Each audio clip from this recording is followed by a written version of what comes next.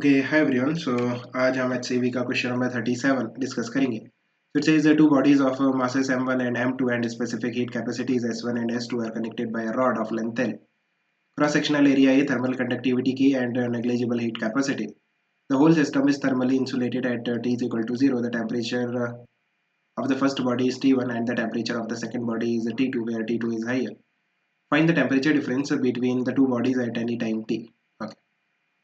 अब देखो, इस क्वेश्चन में काफ़ी सारा डेटा हमें गिवन है। ये आपके पास m1 है और ये आपके पास m2 है। Specific heat capacities s1 and s2 and t is equal to 0 पे जो टेम्परेचर है that is T1 and T2।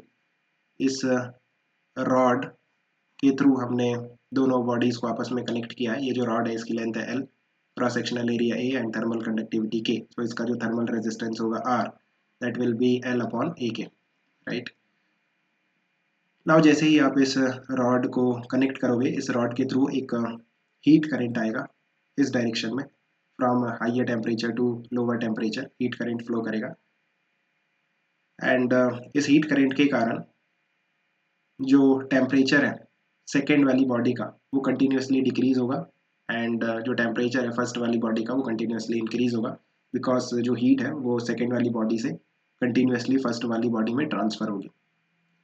सो अगर हम बात करते हैं किसी टाइम t की, लेट्स से किसी जनरल टाइम t पे जो आपका m1 है और यहाँ पे आपके पास m2 है। m1 का टेम्परेचर इंक्रीज हो गया कुछ T1 डैश हो गया और m2 का टेम्परेचर डिक्रीज हो गया कुछ T2 डैश हो गया। एंड इस तरह से ये आपके पास रॉड है जिसमें कुछ हीट करंट होगा एट एनी टाइम t पे भी कुछ हीट करंट होगा, राइट, I। ना अगर हम बात करते हैं dt टाइम में, like t plus dt time के बाद क्या होगा। आप देखो dt टाइम में एक dq amount of heat m2 से निकलकर m1 में जाएगी। सो उसके कारण जो m1 है उसका जो टेम्परेचर है फर्दर इंक्रीज होगा by a differential value, let's say T1 dash plus dt1। What is dt1? That is the increase in temperature of m1 in time dt time में जो m1 का टेम्परेचर इंक्रीज हुआ that is dt1, है ना। And at the same time जो m2 है उसका जो टेम्परेचर है वो भी कुछ डिफरेंशियल वैल्यू से डिक्रीज हो जाएगा। सो t2 dash minus dt2। What is dt2? That is the decrease in the temperature of m2 in time dt because of this dq amount of heat.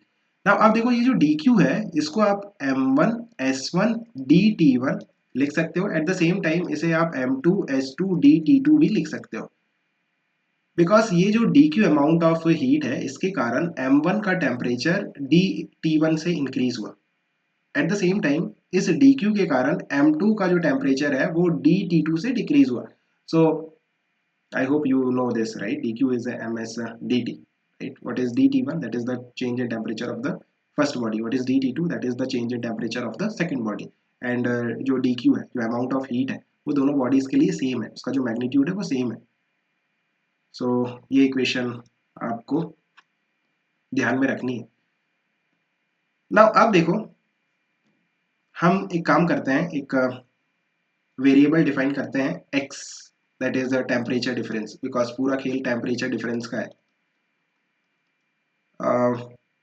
In the question also he is asking the temperature difference, and जो heat current है वो भी temperature difference पे ही depend करता है, वो individual bodies के temperature पे डिपेंड नहीं करता। It depends upon the temperature difference, right. जो हीट करेंट है वो भी टेम्परेचर डिफरेंस पे ही डिपेंड करता है।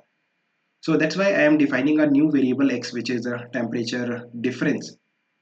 सो आप देखो, अगर हम बात करते हैं t इज इक्वल टू 0 पे कितना टेम्परेचर डिफरेंस था, that is T2 minus T1। So let's call it x not.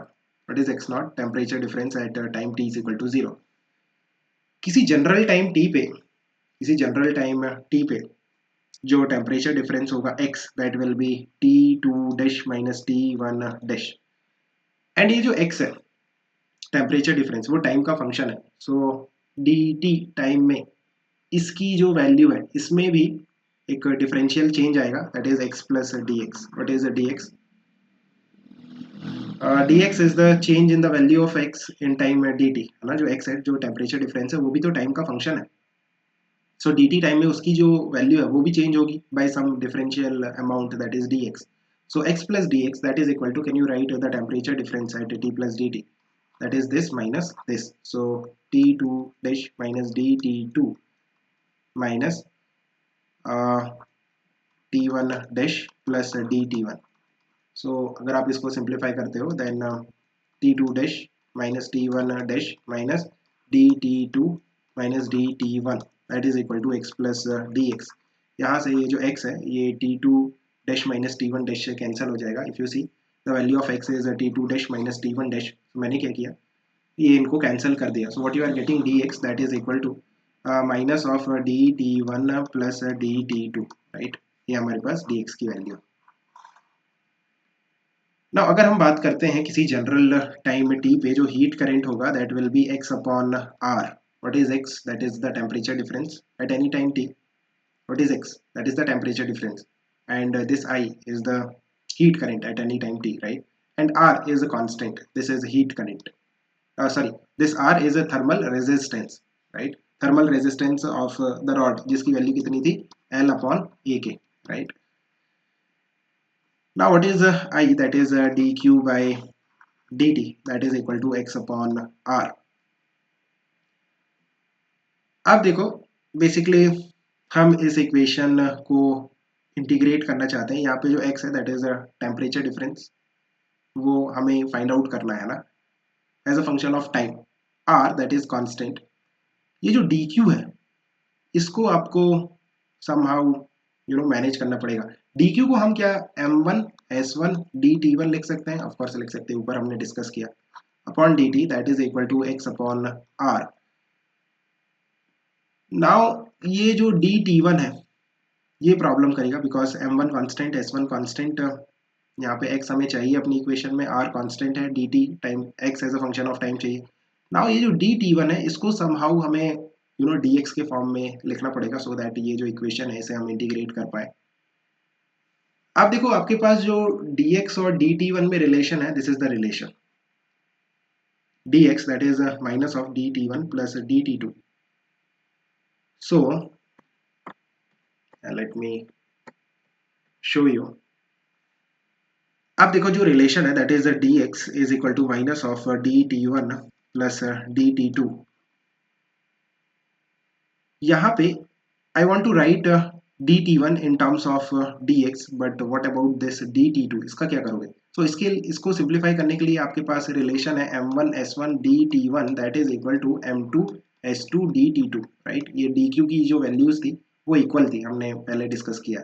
सो एक काम करते हैं, minus of dt1 plus dt2 को यहाँ से आप लिख सकते हो m1 s1 dt1 divided by m2 s2।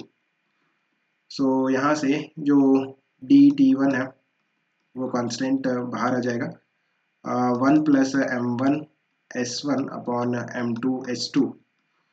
so from here this is a dx, so dt1 that is equal to minus of dx और ये हो जाएगा m2 s2 divided by m1 s1 plus m2 s2, right.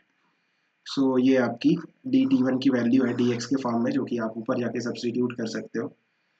अभी देखो हम ऊपर जाके substitute करेंगे और फिर इंटीग्रेट करेंगे और हमारा आंसर आ जाएगा।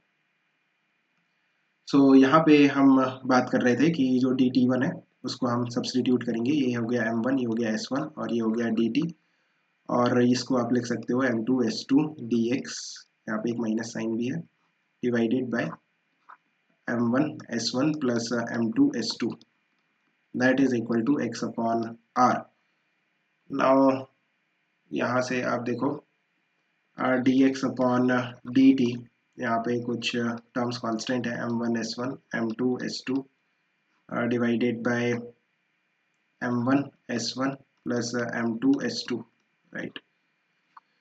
एंड माइनस साइन भी है, minus sign that is equal to x upon r। तो एक काम करते हैं, इसको कुछ ये तो सब कांस्टेंट है ना, इसको एक नया वेरिएबल नाम दे देते हैं lambda, where the value of lambda is m1 s1 m2 s2 divided by m1 s1 plus m2 s2, है ना, ये लैम्डा की वैल्यू।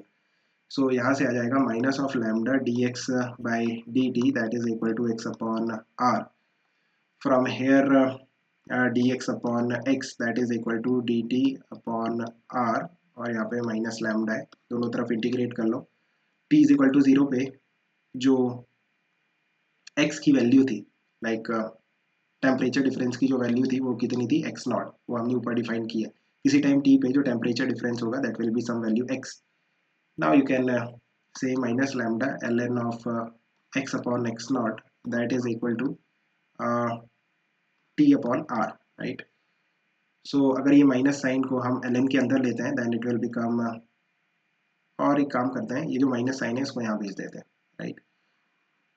और ये जो लैम्डा है ये भी डिवाइड में चला जाएगा इस तरह से। So x upon X naught that is equal to E power minus T upon R lambda and the value of x that will be x naught e power minus t upon r lambda.